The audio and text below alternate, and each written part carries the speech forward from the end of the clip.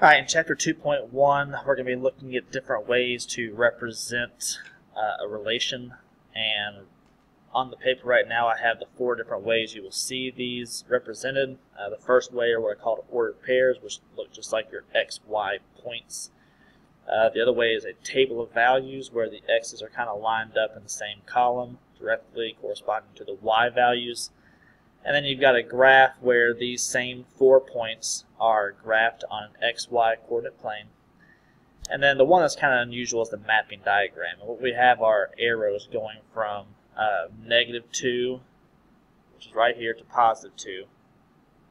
And we've got -2 also going to -2. We've got 0 going to 1, and we've also got 3 going to 1.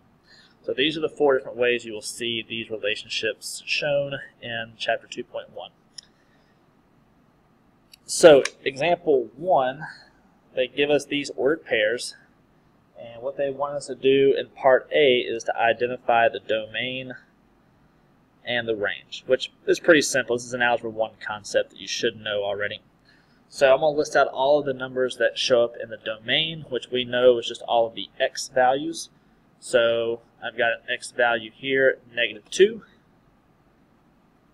I've got an x value here of -1.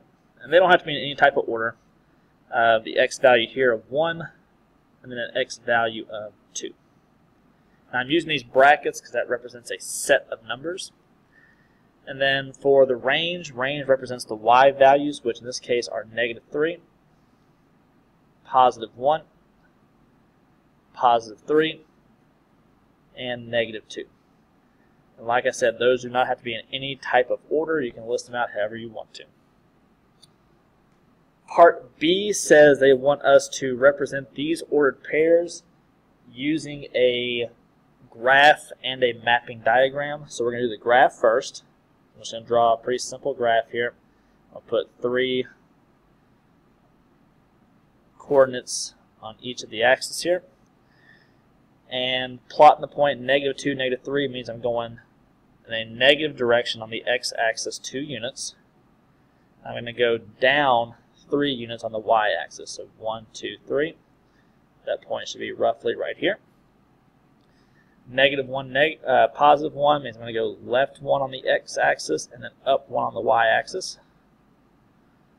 Over +1, up 3. So over 1, up 3.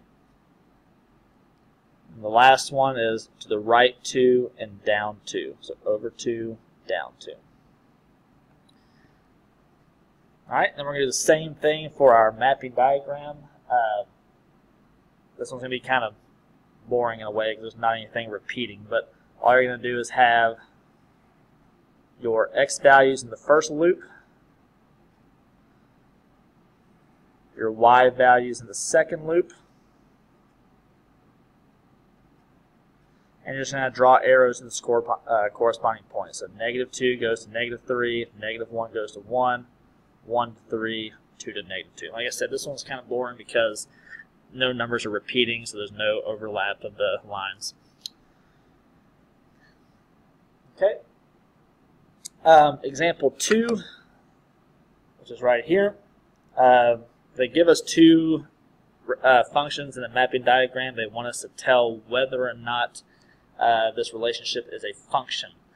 Now, to be a function, the x values can only put out one y value. Okay, so if you think of this as the x's and these as the y's, the x value can only go to one y value. Like -3 only goes to 2. -1 only goes to 3. 2 only goes to -4, and 4 only goes to -4. So this one is a function. Okay, no x value will go to any more than one y value. Now it's okay that two different x values go to the same y value. That's fine. But option B here, made a little mistake here. But -2 only goes to -4. But if you look at this 1 goes to -1. But then again, 1 also goes to 2. That means that this is not a function. Okay, an x value cannot put out more than one y value. That makes it not a function. And one other way that we look at this is what's known as a vertical line test. I'll give you a couple examples of that real quick. If let's say we had a graph drawn here. We'll start off pretty simple. Let's say I had a graph that was just a linear function. Okay, let's just say it looked like this. I said, is this a function? We could do what's called a vertical line test. If you were to draw a vertical line anywhere through this graph, if it only touches one time, then it is a function. So if I were to draw a vertical line anywhere, like let's just say I drew one here, it only touches once. If I drew a vertical line here, it only touches once. Only touches once. It's going to do that no matter where I draw my vertical line, it's only going to touch in one location. That means that it is a function. Same thing goes if I had what's called a quadratic, which looks like a U shape. Okay? If I draw a vertical line anywhere, it's still only going to touch one time. So this one also is a function. But let's say I had a graph that looked like this. Pretty much anywhere that I draw a vertical line, it's always going to touch in two locations. That means that it is not a function. That means that this x value spit out two different y values, which means it is not possible.